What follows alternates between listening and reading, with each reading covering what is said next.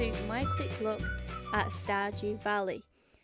Stardew Valley is an RPG farming country life simulator and was released on Steam on the 26th of February 2016. It is currently £10.99, which is $13.37, and is developed by Concerned Ape and published by Chucklefish. Now, when the game starts, you'll be greeted with a new game screen, which you can customise your character and choose whether you want a pet, which pet you want, a cat or a dog, and then you choose which farm you would like to play.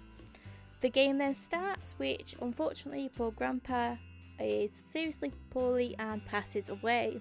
So many years later, you open an envelope he gave to you because you're in dire need of a change.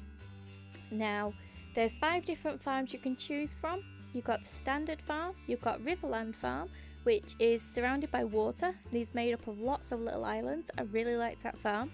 There's Hilltop farm, which is, as you would guess, it's on a hill. There's various different levels of ground which you can plant stuff on. There's a river flowing through it. It looks very nice to sort of work with. And it has its own quarry, which is very handy, which means you can get daily iron or any other of the ores and minerals that appear on there. I don't know what appears there much, but to me that is quite cool. I would look forward to playing that one. There's also Wilderness, which is a very similar to the standard map. It's just elevated. There's not much difference to it really. And then there's the Forest, which I really liked actually. It's a very foresty feel. There's lots of forest trees and stuff like that. But I'm not sure if you can plant on some of this grass. I'm not 100% sure on that. I'll have to have a look for you. But there's lots of hardwood stumps if you haven't found all the nooks and crannies. That is very handy, as hardwood is very hard to come by. No pun intended. And to be honest, it's more appealing than either the standard or the Wilderness to me personally. But I do believe the Hilltop is my favourite.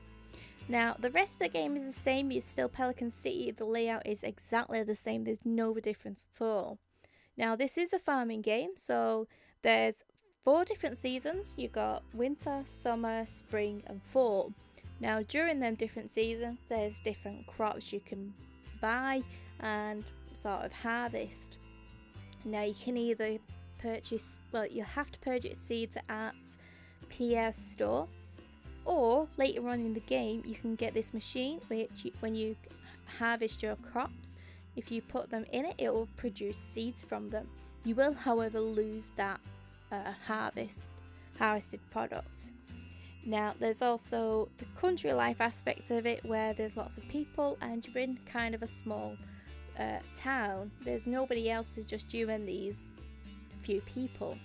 Now, on the first day, you will be tasked with introducing yourself to everybody. Don't worry, you won't be able to introduce yourself to everybody. For example, the wizard and Willie, I think his name's Willie, the fisherman. You will only be able to meet them when they want to meet you. Willie will be on day 2, and the wizard, I'm not sure. That depends on when you do something in the game. You have to do something in the game for him, in order for him to hear about you. Now there's lots of different quests in the game. You can, when the community centre opens, you got loads of little different missions in there to help rebuild it and restore it back to its decent self. You've got quests from in the main on Pierre's shop. You've got the calendar which shows people's birthdays and different events like festivals and things like that. And there's also a help wanted sign which people tend to put little quests up for either fish or certain products. It can be anything really. It could be you need to go into the caves and mine some iron. It could be anything.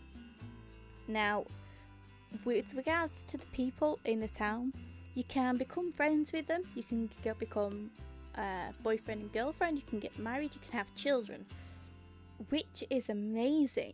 Now, each person has so many hearts, and in order to become friends with them, you've got to talk to them as often as you can. Give them gifts. You can only give 2 gifts a week, on Sunday, I think it resets, and then it's a new week, so you can keep on giving them more gifts. Now, the more hearts you go up, the more friendly they become, the more stuff they tell you about somebody. So, for example, Lewis likes Marnie, and told me the other day that she likes pink cake. Now, I only got that information because I became good friends with him. So it's kind of a pro quo sort of situation. The more you get to know somebody, the more you get to know somebody else, because they'll tell you little bits about them. Now, there's also, if you haven't noticed in the game, there's a few hidden nooks and crannies, which can lead to riddles and quests for other mystery people. Now, one of the quests I have got stuck on. I'm going to show it here. So if you do know what it is, please let me know, because I have no idea what to do. And I'm actually stuck with that one. But yeah, that, ladies and gents, is Stardew Valley. I hope you enjoyed this quick look. If you did, leave a like, comment, subscribe. They all help me out a bunch. I will have a single player let's play coming up with it soon. So go take a look at that, and I'll see you all in the next one. Take care. Goodbye for now.